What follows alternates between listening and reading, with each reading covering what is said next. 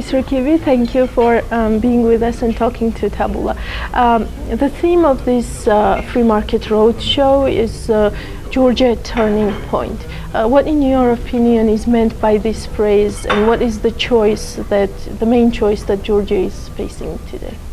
I think we're talking about a global challenge, not just in Georgia, but in the world, between the forces of top-down, bureaucratic, command and control style government versus a bottom-up movement of more freedom and allowing people more choice and more control over their individual lives.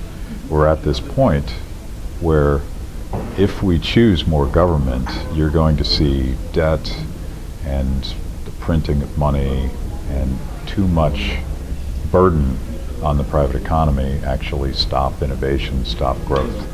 So how much government can we afford? Well, you're spending too much now, and the challenge, I think, moving forward will be to decentralize away from top-down spending programs and allow people more freedom to solve problems without the burden of government. So the first thing you have to do is tackle the debt, and then you debate how much government can you afford, but you certainly can't afford to keep spending so much money that you don't have.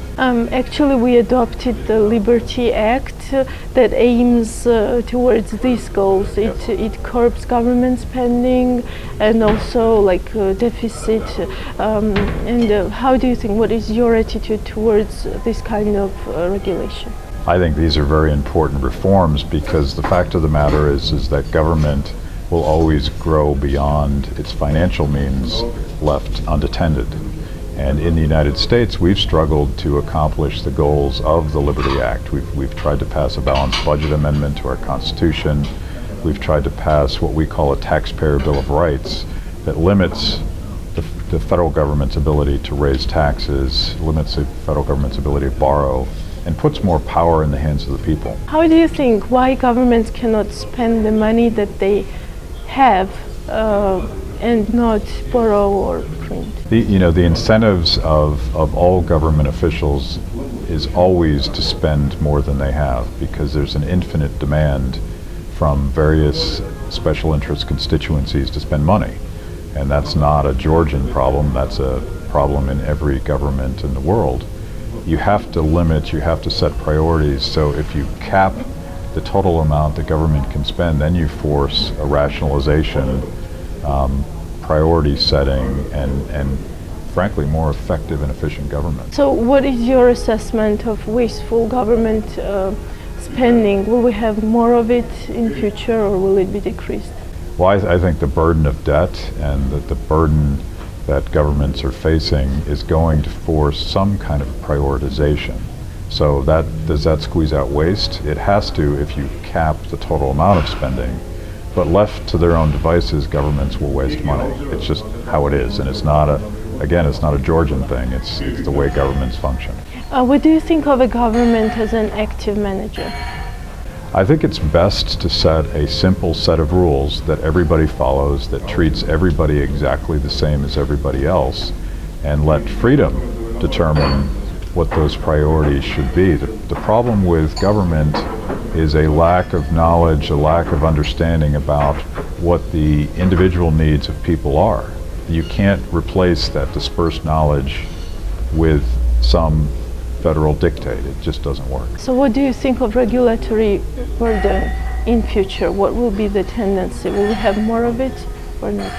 I think the alternative to too much regulation is accountability and transparency and making sure that private interests as well as the public sector meet the demands of consumers as opposed to some sort of preconceived top-down regulation. Because the problem with top-down is that it destroys good things as well as bad things. And you can't grow, you can't produce, you can't compete internationally as long as government has that foot on innovation. What are some of the institutions that matter towards this path of innovation, economic growth, and just being competitive on a global market? Well, one is the basic is the rule of law and a respect for property rights. And you can't have a competitive, productive, innovative market unless everybody is forced to follow a basic set of rules. That means enforcement of contracts, no cronyism and corruption between special interests in government, and making sure that if you create something, if you work hard, if you produce value, that's not taken away from you arbitrarily. Otherwise, you don't get the sort of dynamic growth, the sort of innovation, the sort of job creation that is essential for Georgia's future. The main slogan of Rose Revolution was Georgia without corruption. And since then, international indexes show that the perception of corruption in Georgia has decreased tenfold on average. Why is it essential not to have corruption? Well, I think without everybody understanding that there is a basic set of rules that everyone has to follow, you discourage people from producing and encourage people to try to game the system, to try to find some special relationship with some bureaucrat in the government instead of producing value, instead of job creation. It's the first rule. And I think today you're seeing the transparency that's provided by the internet, the ability of people to know better what's going on. It's a very powerful limit on corruption. In those indexes that measure institutions, innovation, technologies, Georgia ranks low in comparison with indexes that measure, for example, liberal business environment. And this tendency of low innovation is also characteristic for developing countries in general. Why do you think, what could be the reason behind such development? I think in order to grow, you have to be able to attract capital investment. You have to be able to demonstrate that if capital comes to this country, it'll be safe. And it goes back to the questions of corruption. It goes back to the question of a simple set of rules that allows for wealth creation, allows for job creation, but you're not going to attract capital if there's some question about the future set of rules, not just today, but tomorrow. In your book, Give Us Liberty, you have the step-by-step guideline of how to organize and affect change in any community. Could you give us a brief overview of the guideline and also some points that could be interesting in context of Georgia? We have a slogan that goes, government goes to those who show up.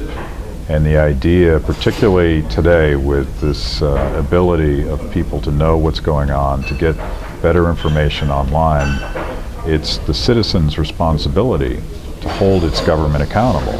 It's a citizen's responsibility if government has gotten corrupt, if government has gotten too big.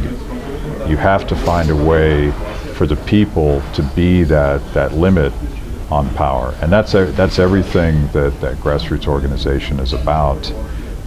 Good politicians need the support of constituents back home. Bad politicians need the discipline that can only come from their own constituents. So it's the same responsibility. It's that the notion is bottom up as opposed to top down. What is Tea Party movement, and is it in any way similar to Occupy movement? Because there has been lately these comparisons between the two. Well, there are some similarities, but there's mostly differences. The Tea Party movement arose out of frustration with big government policies in the United States, starting with the Republicans, the George W. Bush administration and his decision to bail out Wall Street investment banks. When President Obama took office, he escalated that growth of government. And it's very spontaneous, very bottom up, and it's based on simple principles that say the government shouldn't spend money it doesn't have. It shouldn't get so involved as to take over our healthcare system. It shouldn't own car companies. And this is a direct opposition to a lot of the policies we've pursued. The original young people that started the Occupy Wall Street movement were frustrated about some of the same things. They were frustrated about bank bailouts. They were frustrated at the lack of economic opportunity. But what you've seen in Occupy Wall Street that's fundamentally different from the Tea Party movement is a tendency towards violence, a tendency towards property damage, and that's very contrary to the ethos of the Tea Party. Nobody got hurt, nobody got arrested, we picked up our garbage, and we certainly didn't damage either public or private property. It's the fundamental basis of civil activity and engaging in grassroots protest. It has to be peaceful. It has to be respectful. And that's something that Occupy failed to do. There has been a lot of damage and a lot of people hurt. My impression is that at tea parties there are mostly old people. If that's true, why there are not more young people involved, since this is all about their future? You know, it's more diverse, I think, than the international media has treated it. There are a lot of young people in the Tea Party movement, and I think we have to work to attract more young people, and they need to understand that they have a particular interest in limiting government, because they're the ones that own the debt that we're accumulating today. They're the ones that have to pay the bills for the government's irresponsibilities.